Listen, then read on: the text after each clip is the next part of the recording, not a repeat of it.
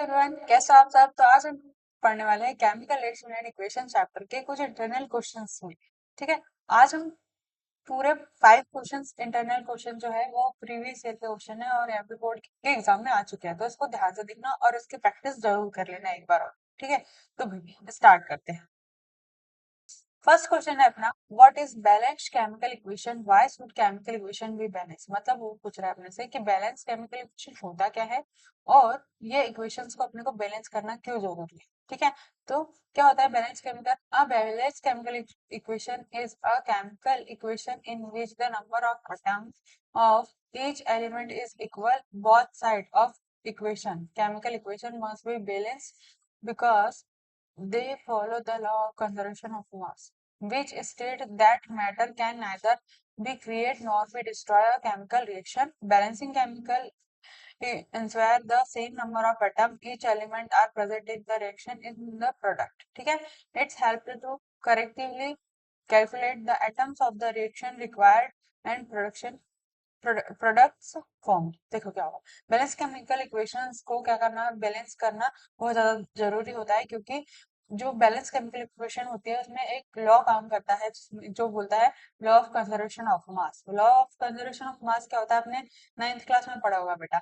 Law of conservation of mass क्या बोलता है कि मास नाइदर बी क्रिएट और नॉट बी डिस्ट्रॉय। किसी भी केमिकल रिएक्शन का जो मास होगा उसको अपन ना तो क्रिएट कर सकते हैं और ना तो डिस्ट्रॉय कर सकते हैं। ठीक है, और अपन जो कोई भी वैल्यूज केमिकल इक्वेशन है उसका आंसर करते हैं कि उसमें नंबर ऑफ एटम जो रिएक्टेंट के साइड में प्रेजेंट है और नंबर ऑफ एटम प्रोडक्ट के साइड में वो कैसे इक्वल होना चाहिए, तभी अपन उसको क्या बोलेंगे, बैलेंस।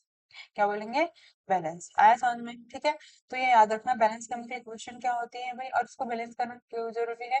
किसी भी केमिकल इक्वेशंस को जो राइट करने की जो मेथड होती है जिसको अपन दोनों साइड लिखते हैं उसको अपन क्या बोलते हैं, बैलेंस केमिकल इक्वेशन। और इसको बैलेंस करना क्यों जरूरी है, क्योंकि बैलेंस केमिकल इक्वेशन जो फॉलो करती है वो law of conservation of mass को करती है, और इसके थ्रू अपन कोई भी केमिकल रिएक्शन में नंबर ऑफ एटम को ना तो क्रिएट कर सकते हैं ना तो डिस्ट्रॉय कर सकते हैं। ऐसा में ठीक।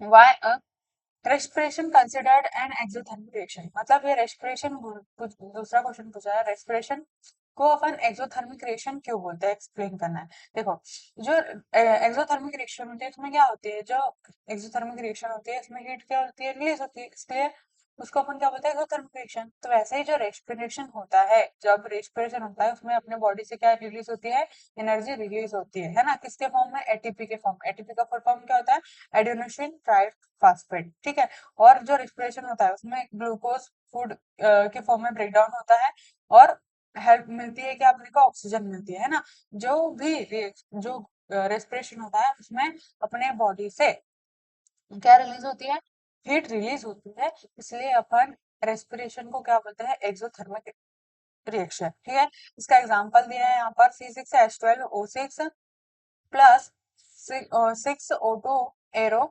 6CO2 plus 12 6 2H2O energy. ठीक है, तो ये एग्जांपल याद रखना। चलो नेक्स्ट क्वेश्चन है। अब अपने को बताना है कि oxidation reaction and reduction reaction क्या होती है, एग्जांपल के साथ समझाना है।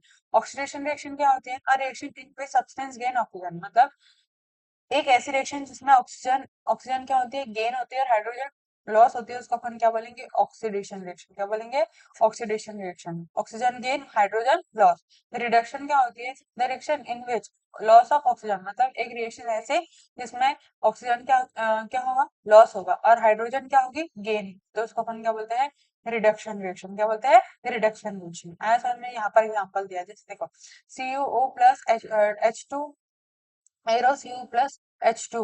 ठीक है, तो इस रिएक्शन में क्या हो रहा है, ऑक्सीजन गेन भी हो रही है, हाइड्रोजन लॉस भी हो रही है, दोनों एक साथ हो रहा है ना। तो इसको अपन बोलते हैं रेडॉक्स रिएक्शन। क्या बोलेंगे, रेडॉक्स रिएक्शन। ऐसा नहीं, जब ऑक्सीजन गेन होगी हाइड्रोजन लॉस होंगी तो ऑक्सीडेशन, हाइड्रोजन गेन होगी ऑक्सीजन लॉस होंगी तो रिडक्शन। और जब दोनों साथ में होंगे, हाइड्रोजन गेन और जो हाइड्रोजन गेन होगी और ऑक्सीजन लॉस होंगी, तो इसको अपन क्या बोलेंगे, रेडॉक्स रिएक्शन। ठीक है, नेक्स्ट क्वेश्चन है अपने पास क्वेश्चन नंबर 4 है। क्या बोल रहा है, explain the following term with the one example. मतलब कोरोजन और रेंसिडिटी को अपने को एक एक एग्जांपल के साथ समझाता है।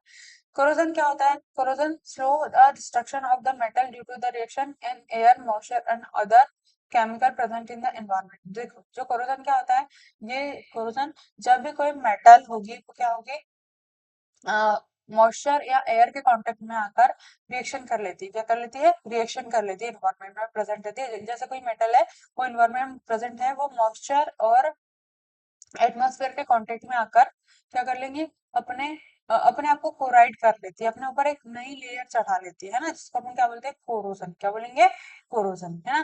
तो जैसे कि अपन ने देखा है कि जो आयरन होता है उसके वो ऑक्सीजन से रिएक्ट करके मॉइस्चर के कांटेक्ट में आकर उसके ऊपर क्या बन जाती है, रस्ट बन जाती है ना। तो इसका ये फॉर्मूला याद, ठीक है।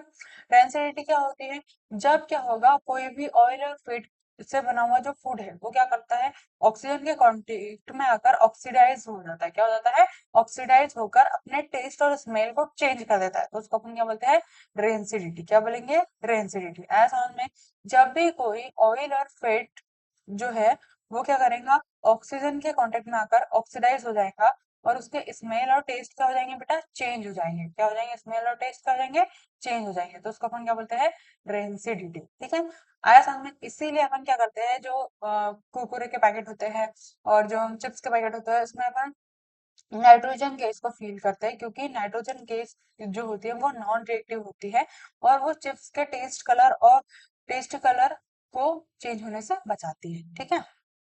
हाँ, क्वेश्चन नंबर 5 है, what is mean by precipitation reaction. बेटा ये 2023 का क्वेश्चन है, ठीक है, मोस्ट इम्पोर्टेंट है, प्रीवियस ईयर का क्वेश्चन है। ठीक है, और ये जो है ना, ये भी क्वेश्चन अपने 20 का क्वेश्चन है, ठीक है, इम्पोर्टेंट है।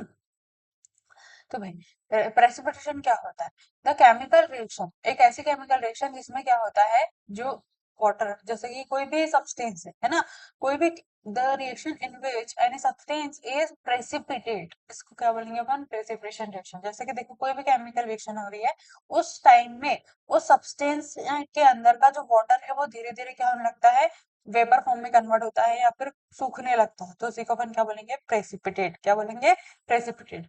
उसको क्या, और जो ये रिएक्शन होगा इसको अपन क्या बोलेंगे, प्रेसिपिटेशन रिएक्शन, है ना। कोई भी रिएक्शन, जब कोई रिएक्शन होंगे, रिएक्शन के टाइम कोई सब्सटेंस क्या होगा, प्रेसिपिटेट होगा, मतलब उसके अंदर का वाटर अमाउंट धीरे धीरे खत्म होने लगेगा, तो उसको अपन क्या बोलेंगे, प्रेसिपिटेशन रिएक्शन। प्रेसिपिटेशन रिएक्शन का यहाँ पर एक एग्जाम्पल दिया है, reaction of silver nitride with sodium chloride. Silver nitride की रिएक्शन अपन सोडियम क्लोराइड से करें। सिल्वर नाइट्राइड क्या होता है, AgNO3, और इसकी रिएक्शन अपन ने सोडियम क्लोराइड से करा दी तो NaCl से करा दी तो क्या बन गया, AgCl प्लस, यहाँ पर बन जाएगा NaNO3। ठीक है, याद रखना। ठीक है, अब देखो AgCl जो होता है वो सिल्वर क्लोराइड है, ये एक व्हाइट प्रेसिपिटेट क्या बनेगा, व्हाइट प्रेसिपिटेट। ठीक है। हम्म, अब देखो यहाँ पर एक बेरिलियम क्लोराइड लिया है, सल्फर युक्त सल्फ्यूरिक एसिड लिया है, तो यहाँ पर ने बेरिलियम क्लोराइड की रिएक्शन सल्फ्यूरिक एसिड से कराई, तो यहाँ पर बेरियम सल्फेट बन गया है। अब यहाँ पर जो बेरियम सल्फेट बना है ये प्रेसिपिटेट हुआ है, ठीक है, प्रेसिपिटेट, इसको अपन व्हाइट प्रेसिपिटेट फॉर्म बोले। ठीक है, और ये जो H2Cl होगा जो हाइड्रोक्लोरिक एसिड बन गया। ठीक है, तो भाई ये अपने कुछ इंपॉर्टेंट क्वेश्चंस थे। अगर आपको वीडियो अच्छा लगा तो प्लीज चैनल को लाइक शेयर एंड सब्सक्राइब करना भूलना, सब्सक्राइब।